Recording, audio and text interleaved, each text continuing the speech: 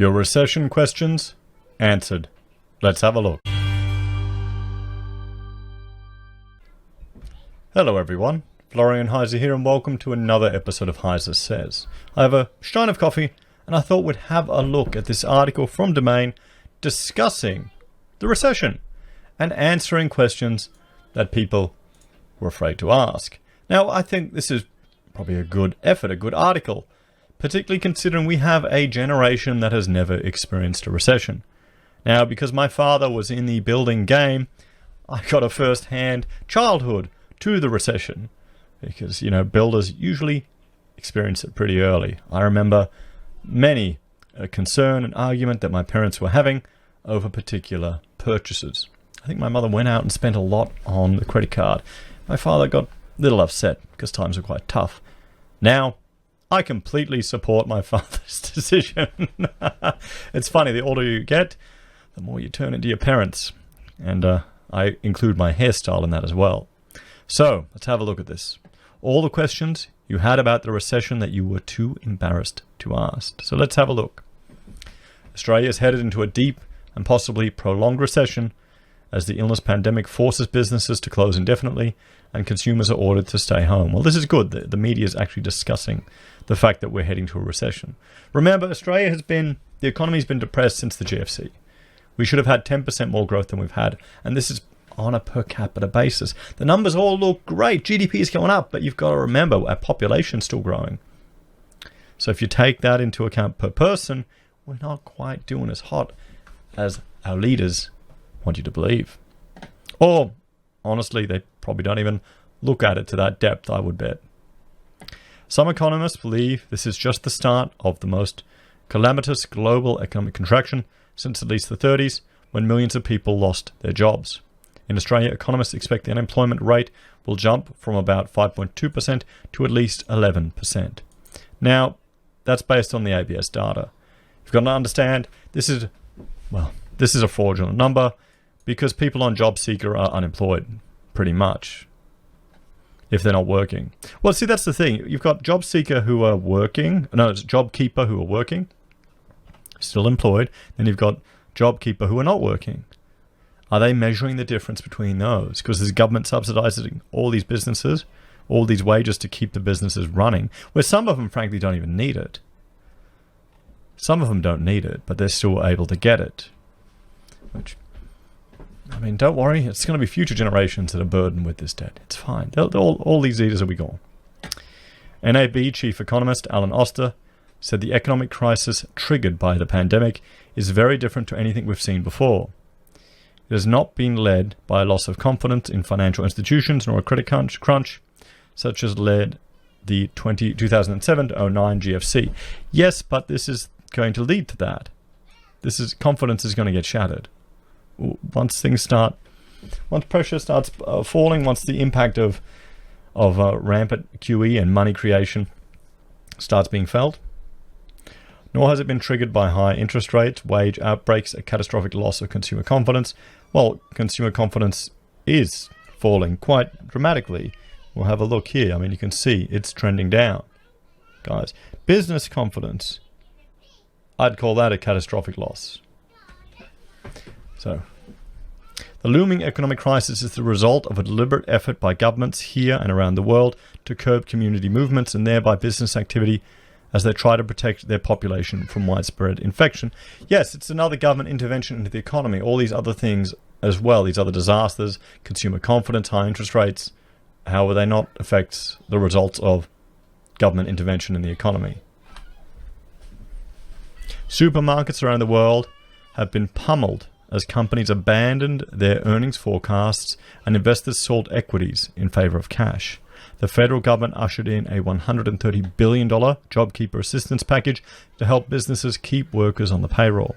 So far, federal government measures to alleviate the devastating economic impact are forecast to cost more than $320 billion over the next 4 years. Domain economist Trent Wiltshire suggests this will be the biggest economic downturn since the Great Depression. Some policy organizations and commentators have called for governments to reverse the shutdowns. They claim the economic damage being wrought unnecessarily exceeds the potential health damage to the community. It is good that this is at least being discussed. It is at least being discussed, guys. The economic damage, if we switched everything back on tomorrow, do you think it will be the same? I think there are going to be fundamental changes in people's behavior. So this is not the view of economists, however. Well, it depends on which economists you talk to. A survey of dozens of leading US economists conducted by the Institute of Global Markets, a unit of the... who cares? Found overwhelming... consensus doesn't mean it's correct. Consensus... And most of these... I bet you... How many Austrians did they interview? Are they all Keynesians? Do they all believe that they can print our way out of this? None of the economists surveyed by the IGM disagree with the necessity to curtail economic activity during this period.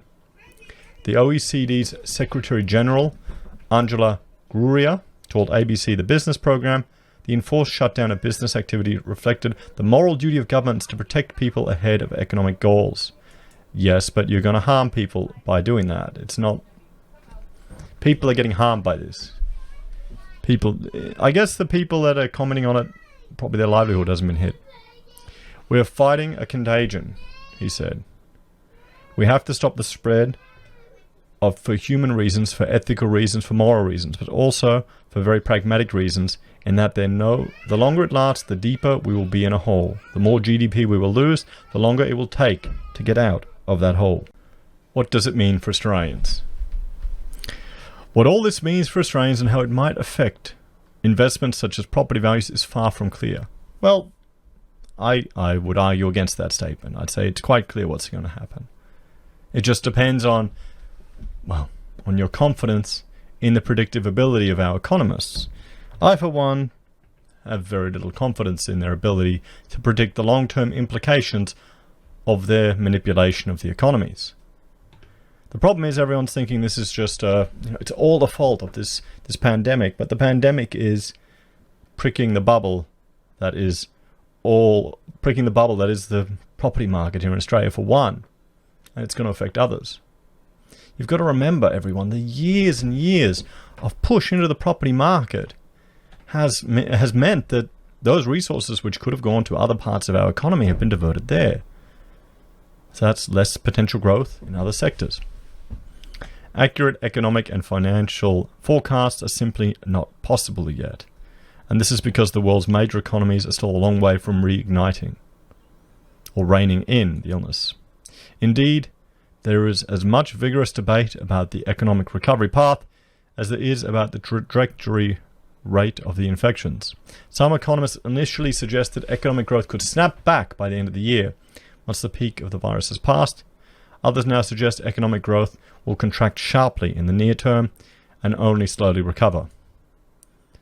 Much of what lies ahead will depend on how swiftly the caseloads in each geopolitical and economic region can be minimized, as soon as an effective vaccine may be available and whether consumer and investor confidence bounces back strongly. I mean, remember these cues, guys. Remember these cues. Did they ever happen before in living memory? So what is the definition of a recession? Well, this is a good point. A lot of people won't know what a recession is. They don't even know what the definition of one is. A recession in Australia is generally defined by contractions in economic growth over 2 consecutive quarters. Some economists also consider a recession has occurred if there is no economic growth over 12 months or if the unemployment rate increases by more than 1%. The US has a more complex definition. The US National Bureau of Economic Research deems a recession has occurred when there is a significant decline in economic activity spread across the economy, lasting more than a few months. Normally visible in real GDP, real income, employment, industrial production, and the wholesale retail sales. European Centre for Economic Policy Research takes into account the various monetary policy settings of the many countries that make up the European Union, as well as the fact that economic data from those member nations is not consistently rigorous. In general, the European definition is 2 consecutive quarters of contracting economic growth, considering declines in statistical markers such as quarterly GDP, employment rates, industrial production, business investment, and consumer activity. How bad might this recession be? In short form, very bad indeed. At the Reserve Bank of Australia's special meeting on March 18, board members noted Australia was likely to experience a very material contraction in economic activity through to at least the end of June and potentially longer. NAB's economists had expected real GDP would contract 0.1% in the March quarter, but those forecasts were published on March 16th before the profound effects of business shutdowns became apparent. And that's just showing the fact that the data is so out of date. NAB's Mr. Oster told Domain he expected Australia's economy would contract by 4% this calendar year, but he warned that any forecast might prove wrong because there was exceptional uncertainty around how the pandemic would play out. And what is it? Our governor's predicting a 6% decline now and a 7% lift next year. I mean, come on. We have forecasts for the best part of negative 7% for the June quarter and down 1% for the September quarter before bouncing back. So we're saying down 4% in calendar year 2020, up 4%. But the level of GDP does not go back to where it was at this until the end of 2021. I think that's optimistic. Because I think this is so different to what's gone on in the past. I think behavioural changes will kick in as well. They're not accounting for that. They're Keynesians. They don't even think about behaviour. Not the same extent Austrians do. In a podcast published by NAB on March 30, Mr. Oster said the downturn would make any other since World War II appear benign. St. George Bank's chief economists expect GDP will contract as much as 8.5% in the current quarter, with 5% over the whole of 2020. The depth and length of this economic crisis, though, will be dictated by how long the pandemic lasts and whether there is a second wave of infection emerges in 2021. In the meantime, Mr. Oster warns Australia's unemployment rate is likely to hit 11.5% by June, and possibly higher, a figure not reached since the last recession. Which brings us to the next question. When was Australia's last recession? Well, who remembers the last recession? Let me know in the comments if you do. I was still quite young.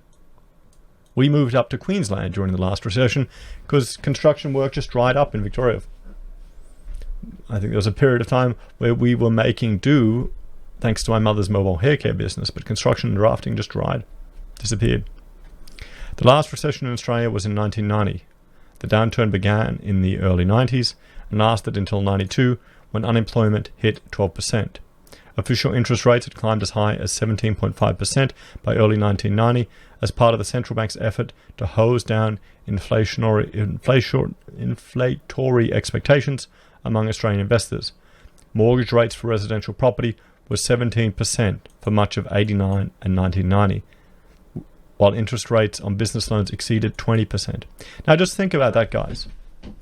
We're getting rates now, 3%, maybe 4% for a fixed, down to below 3%, 2.5% at the rate people are paying on their home loans. We're having arrears rates, which are looking scary. Now, with these cash rates, what would happen if the interest rate doubled? Suddenly people were paying 6%, let alone to 17%. What happens when our dollar tanks? And here, this is a concerning thing that people aren't talking about. And I'll bring up this chart or this website. I'll bring up the Observatory of Economic Complexity, guys. Just bear with me a moment while I get it on the right screen. And you can see here, the problem is all of these things, if our dollar plunges, will be more affordable for overseas buyers. Some of them, natural resources, we're not even collecting any royalties on. But all of these things are going to be more expensive for us, and that will affect our cost of living. Cars, broadcasting equipment, refined petroleum, everything will go up in cost. It's all to do with the dollar. And to mitigate that dollar falling, one way is for the Reserve Bank to increase the interest rates. But then what effect will that have on the significant amount of our wealth that's tied up in the property sector, that's tied up in house investments? But they've told us rates will stay down until 2023. Do you believe them, guys? Do you believe them? I don't. I'm hoping so, but I don't, from a purely selfish reason, because I don't want to be paying 17%, so I'm throwing everything I can at the mortgage. What are you doing? So the subsequent crunch hit business very hard from the March quarter of 1990, when the Reserve Bank of Australia conceded Various surveys had registered a significant decline in activity and confidence in the business sector. Major banks and building societies collapsed.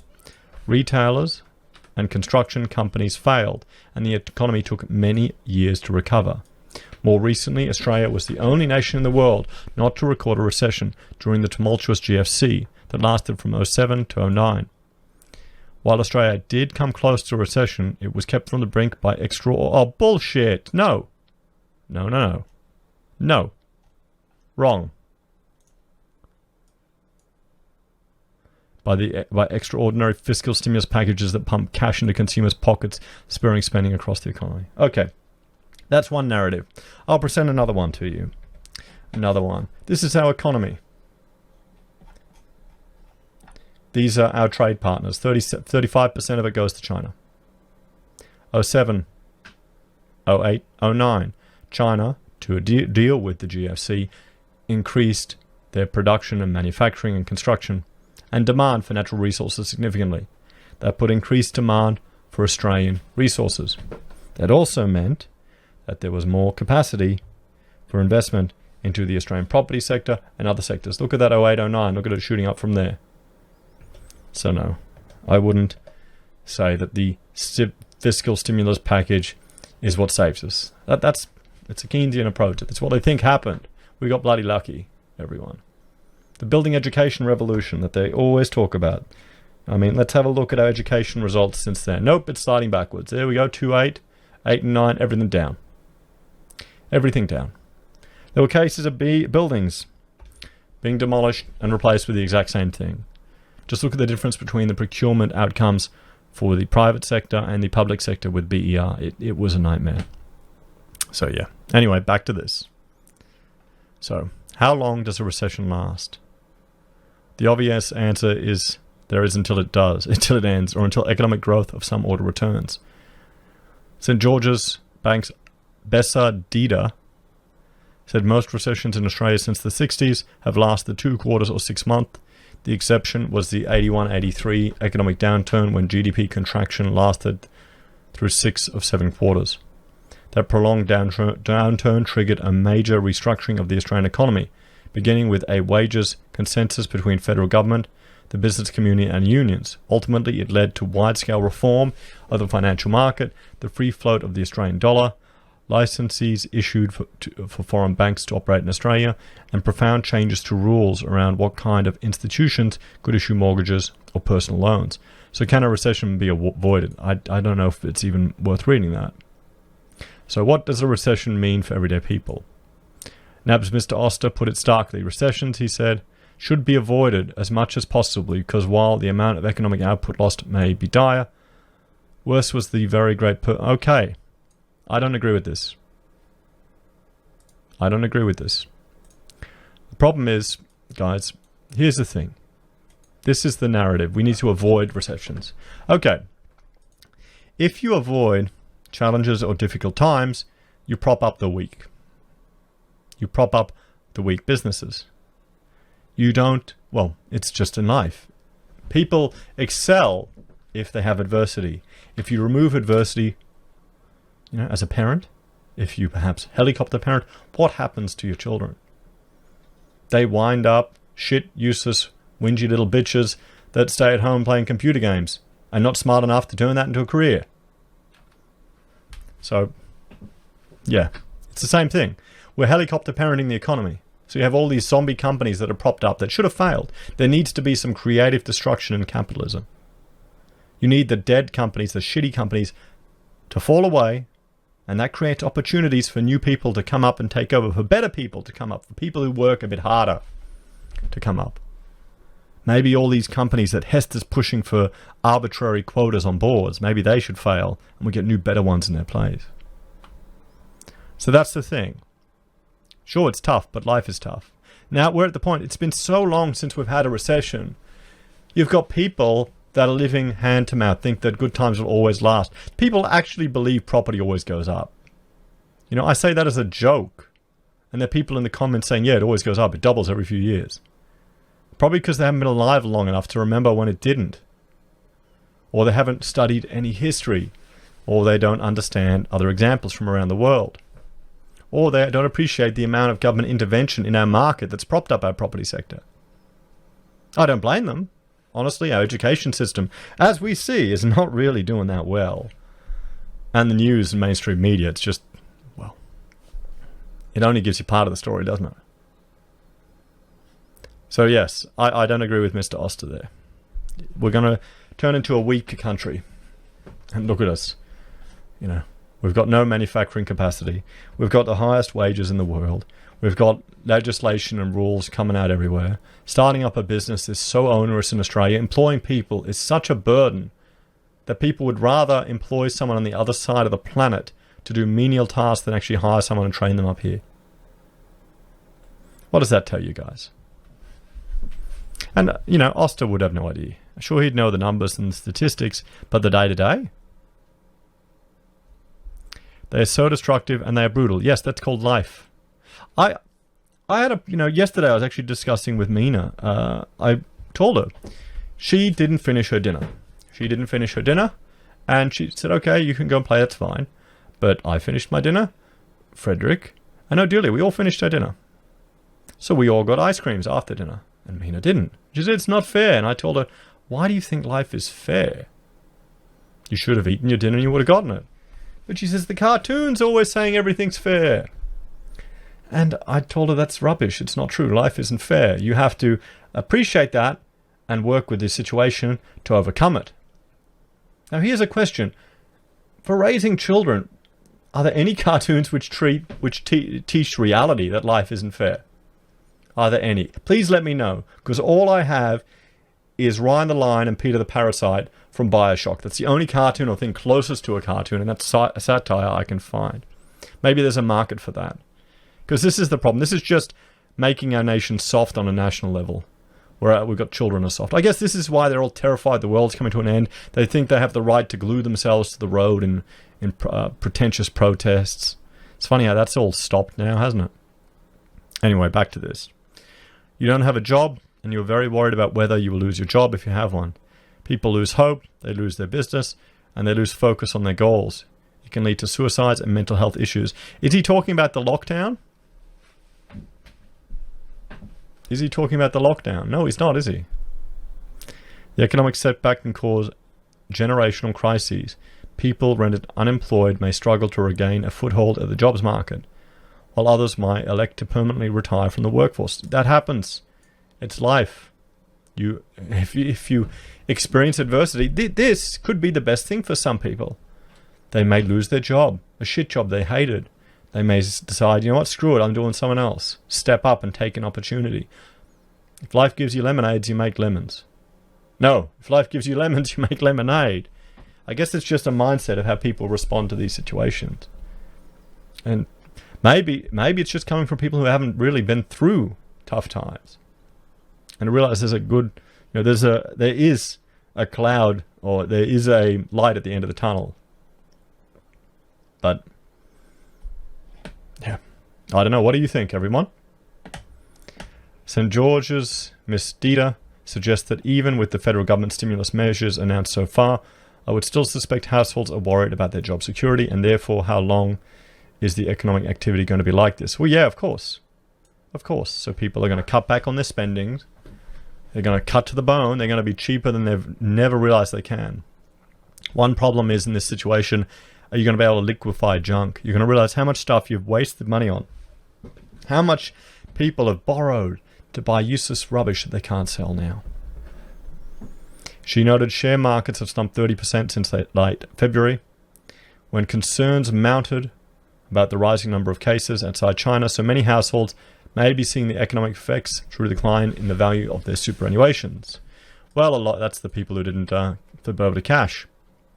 So how does a recession affect the property market?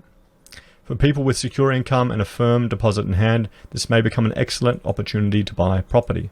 For almost everyone else in the property market, the near-term outlook is for a sharp fall in prices. How long it takes for prices to rebound will depend on how long the economic downturn and associated levels of unemployment will last. Mr. Oster said he would not be surprised to see residential property prices down 10% over the next 12 months. While Mr. Oster noted a decline of 8% in property prices normally will cause you grief, He emphasized that banks were not going to foreclose on property owners in distress during this downturn for 6 months. Instead, banks will allow some affected homeowners to pause repayments and will capitalize the interest owed on the mortgage, which means you have to pay it later, adding it to the back of the outstanding amount. And banks will possibly discuss extending loan periods. UBS economists have tipped a 5% increase in property prices this year, but they abandoned their forecast and now expect a decline. How much? They're not yet saying. And we're getting other pundits are saying 30%, other pundits are saying 50%. I mean, it's going to decline. The market will find a level. It always will. It may be artificially stimulated by other methods and other interventions in the market. But here's a question. What good is negative gearing if you're unemployed? The number of housing transactions will fall consistent with the rise in uncertainty, Ms. Dieter said. We would expect dwelling prices to decline over the next few months and building approvals to decline further. Mr. Wiltshire noted the ban on open for inspection and in-person auctions would restrict the volume of transactions, and listings are down a little. Clearance rates were soft. Oh, bullshit, they were soft. They took a hammering, and many properties had been withdrawn from auction. He suggested there would be a clear lull in property transactions, but that might be followed by a big bounce back in the property market when movements were lifted. In other words, people will defer their transactions, leading to pent-up demand later, or there'll be more people unemployed, more people desperate to sell. Will I still be able to get a home loan during a recession? Yes, as long as you have a steady and secure source of income that is capable of meeting the lender's requirements for the loan you are seeking. You will still have to pass all the usual checks on capacity to pay, liabilities and assets.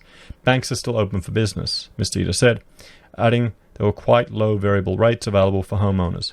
So how can I prepare for a recession? Well, I'll tell you what I would suggest. Have a 6-month emergency fund. Have diverse sources of income. Remove all debt that you can. Every single one. Get rid of all credit cards, all consumer debts, all afterpay. Get rid of your home loan if you can. Make a dent and pay ahead in your home loan. What suggestions do you have? Buying precious metals if the risk of the government inflating or reducing the purchasing power of your dollar? Diversifying your portfolio? So let's have a look what they're suggesting. Tricky question. The short answer is you can't. At least not this time. What the? Okay. Well, you're a shit economist. I'm not surprised. Economists are notoriously bad at politics and money. Ms. Dieter suggested this was an excellent time to get organized.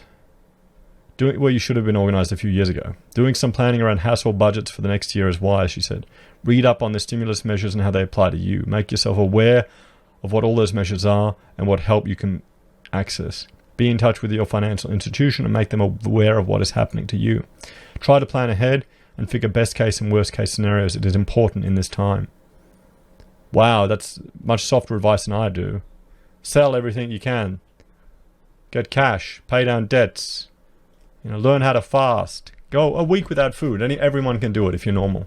You can handle a week without food. That's a week of groceries saved right there. I've done it. Have a look at my previous videos. It's a great way to lose weight too. Gets you in ketosis. It's healthy. Cellular autophagy. Lots of traditional benefits that every civilization on the planet used to do historically. Just think the hunter-gatherers didn't always have 3 meals a day, did they? Till they became fat and lazy farmers. Anyway, guys, those are your answers or your questions about the recession that probably a generation is going to learn the hard way. How would you prepare for the recession? Or how have you prepared? How many heads of cattle do you have on your block? Thanks for watching, everyone. Please like, share, and subscribe to the channel. If you're a fan and want to support us, there are a few ways you can. You can join the channel on YouTube or on Patreon. You can support us via our affiliate links at Amazon or eBay for your consumer purchases, or Independent Reserve and Kucoin for the crypto traders out there. You can send us gold using Gold Pass from Perth Mint, buy our Pocket Squares from the HeiseSays blog, and support us via PayPal. Thanks, have a great day, and I will see you in the next episode.